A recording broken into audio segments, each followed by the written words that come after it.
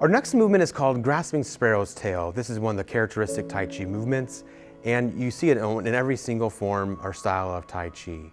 And if you kind of imagine that you have this giant bird in front of you and that you're going to kind of catch the bird's tail in between your two hands, or as though you're clapping horizontally, that's kind of the mentality that you want to kind of think about as you do the movement, okay? Our movement begins from our natural shoulder width apart stance. My knees are slightly bent, my ears over my shoulders, shoulders over my hips. And what I'm going to do is I'm going to sweep my hands up to the side.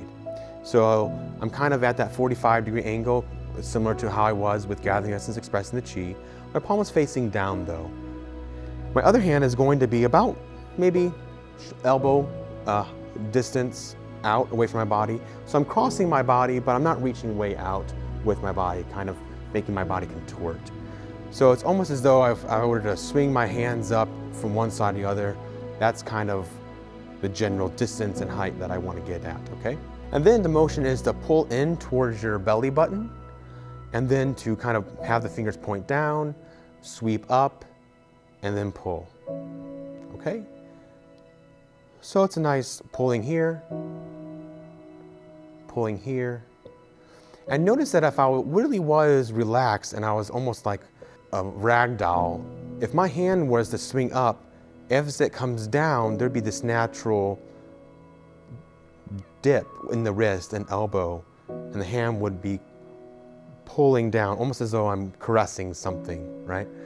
And the same thing with the other hand. As I pull back, if I was a rag doll, this hand would kind of curl in a little bit as the elbow was pulled back, okay? So kind of keep that mechanic in mind as I come up and I'm pulling in, going up to both angles, in and in. So I'm kind of making a half circle in front of me. Try that. Make sure you do it several times to really get good mechanics and understand where the body's supposed to be going with each movement. And then as you start to work with it, bend the knees a little bit and then try to shift back and forward on your knees, so that way you can get some good mechanics here as I pull and pull.